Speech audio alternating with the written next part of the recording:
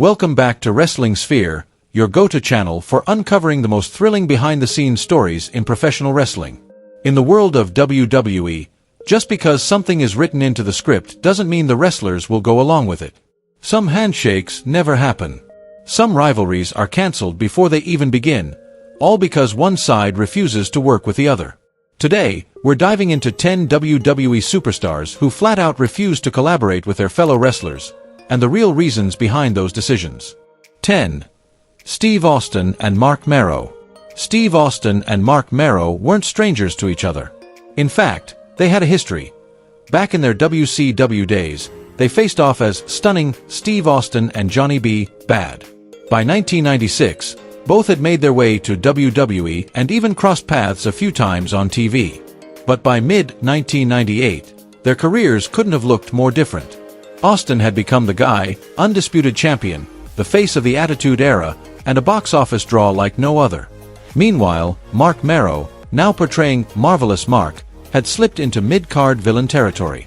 Worse yet, most of his TV time revolved around a cold, tension-filled storyline with his real-life wife, Sable. When creative needed fresh opponents for Austin, someone floated the idea of elevating Marc Mero and booking a feud between the two. At first, Austin didn't object. But everything changed after one infamous moment on Raw. Marc Mero took a devastating Sable bomb, a powerful move, from his wife. For Austin, that was the end of the line. A man who just got demolished by his own wife on live TV?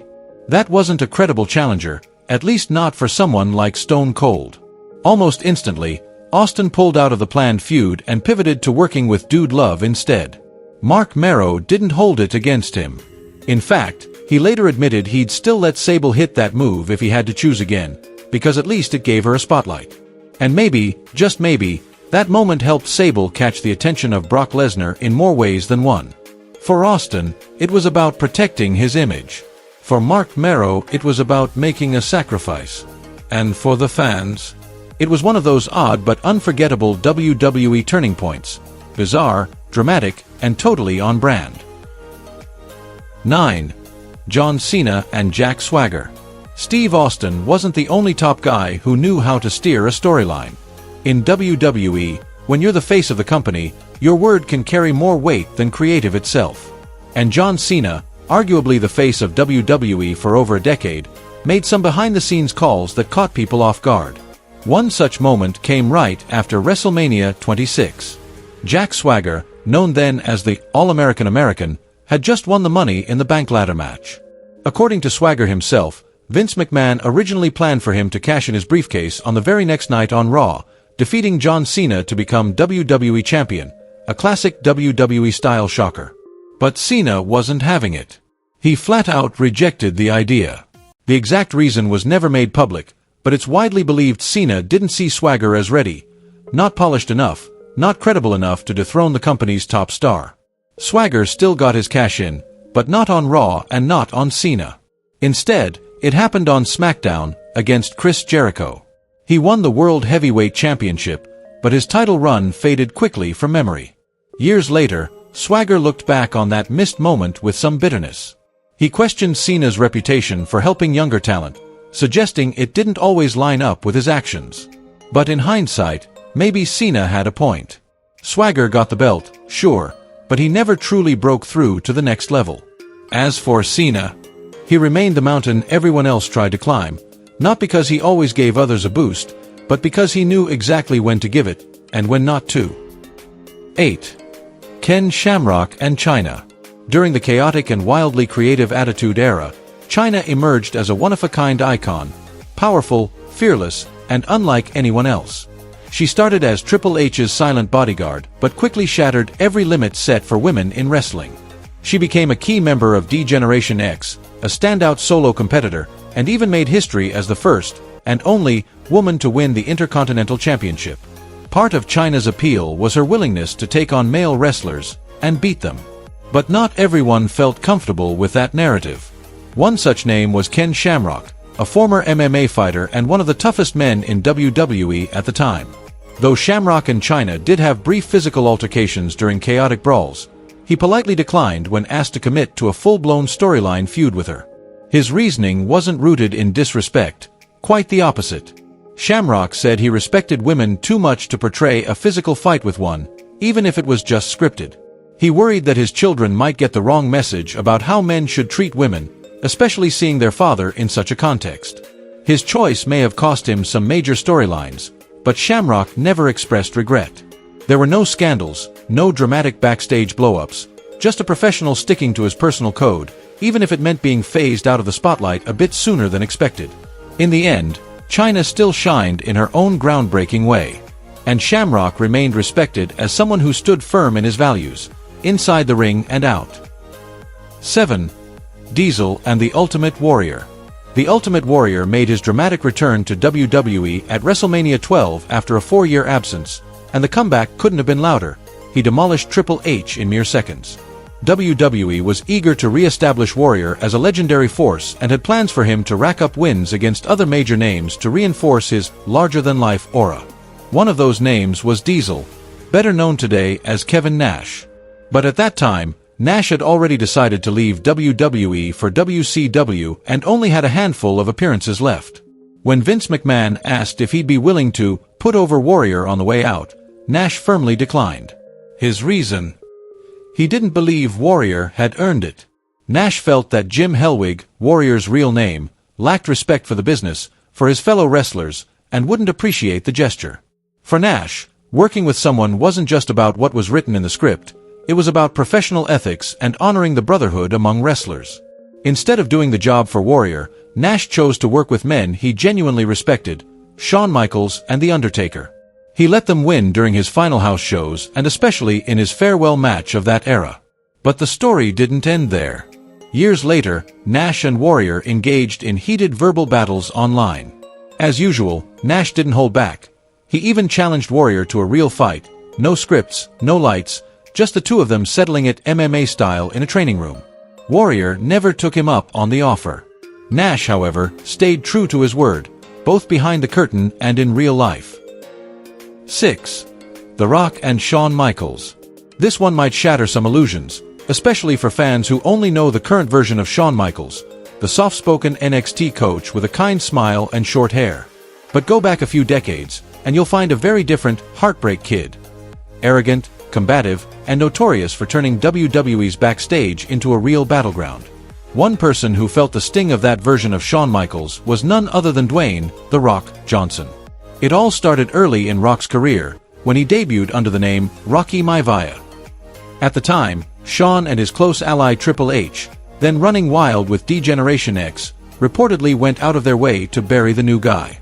Rumors even say that Michaels insulted Rock's grandmother, a respected wrestling promoter in Hawaii with deep ties to the industry. That Rocky history left scars. Even after Shawn had gone through a personal transformation, stepping away from wrestling to find God and himself, The Rock still held on to the bitterness. So when WWE pitched a dream match between the two in the early 2000s, during a time when both were megastars, The Rock flat out turned it down. His response? Pure rock. He told WWE management they could take that idea, shine it up real nice, turn it sideways, and stick it where the WrestleMania lights don't shine. The result? A dream match that never happened. And a grudge that, while long past, still leaves fans curious, and just a little regretful about what could have been. 5. Steve Austin and Jeff Jarrett. Steve Austin was never someone you could push into doing something he didn't believe in, especially when he was at the peak of his career. With a sharp mind, a strong personality, and that signature stone-cold attitude, Austin was all about making the show great, just not if it involved Jeff Jarrett. When Jarrett returned to WWE after a long stint in WCW, writer Vince Russo had big plans to make him a top heel. And the fastest way to do that? Have him go toe-to-toe with Steve Austin. Sounds logical, right? Completely wrong. Austin shut the idea down immediately. Not just because he didn't see Jarrett as a credible rival, but because of unresolved issues dating back to their days in the USWA. Back then, Austin was a rookie, and the promotion was run by Jarrett's father, Jerry Jarrett. According to Austin, the Jarretts treated him like he didn't matter, dismissing his potential from the start. That wound never fully healed. To make things worse, when Jeff returned to WWE, he launched a shoot promo, an unscripted jab, targeting Austin on his very first night. And for someone like the Texas Rattlesnake, that was the final straw. Austin told Vince Russo flat out, if they wanted him to do something with Jarrett, he'd be happy to deliver a stunner. But that was it. No storyline, no marquee match, no build-up. And that's exactly how it played out. Jeff Jarrett never got the feud with Austin that might have changed the course of his career, because for Austin, some bridges were never meant to be rebuilt. 4. Brock Lesnar and Bray Wyatt. If there's ever been someone in WWE who truly lived the word privilege, it's Brock Lesnar. With a part-time contract, sky-high payouts, and the rare power to handpick his opponents like a king, Brock has always been the ultimate backstage heavyweight. If he likes something, it happens. If not, sorry, better luck next season. That was exactly the case with Bray Wyatt. In 2016, all signs pointed toward Lesnar facing the Eater of Worlds at WrestleMania 32. They had already crossed paths at the Royal Rumble and had minor clashes on TV. But then, everything vanished like it had never happened. Instead, Lesnar faced Dean Ambrose at that year's WrestleMania, in a match that, let's be honest, satisfied no one except maybe Brock himself. Fast forward to 2023, and WWE once again floated the idea of Wyatt versus Lesnar at WrestleMania 39. The outcome? Brock gave a firm, unapologetic no, as if the decision didn't even need explaining. The reason? Nothing personal. Lesnar simply didn't vibe with Bray's supernatural, metaphor-heavy, cinematic persona. For Brock, if it doesn't feel like a legit MMA brawl, it's not worth doing. So WWE pivoted to Amos, a giant more stylistically compatible with Brock's no-nonsense approach. As for Bray, he missed WrestleMania due to health issues and, tragically, never returned. One potentially unforgettable match, one story that could have added another layer to both careers, scrapped because it didn't fit the Beast's taste. 3. Hulk Hogan and Jake Roberts. During Hulk Hogan's peak years, getting a feud with him meant your career was about to take off. Whether you were a hated heel or a rising babyface, just being in a program with Hogan meant better paydays and massive exposure. So it's no surprise that Jake, the Snake, Roberts hoped to get his shot at the Hulkster. On paper, the matchup was perfect. The larger-than-life, all-American hero versus the cold, cerebral villain who slithered into people's minds like a snake. A classic battle of light versus darkness. But reality played out differently, and not in Jake's favor. When they tested the waters with a segment on The Snake Pit, the crowd unexpectedly began chanting DDT and cheering for Roberts, not Hogan. For Vince McMahon, who saw Hogan as his golden ticket, this was a major red flag.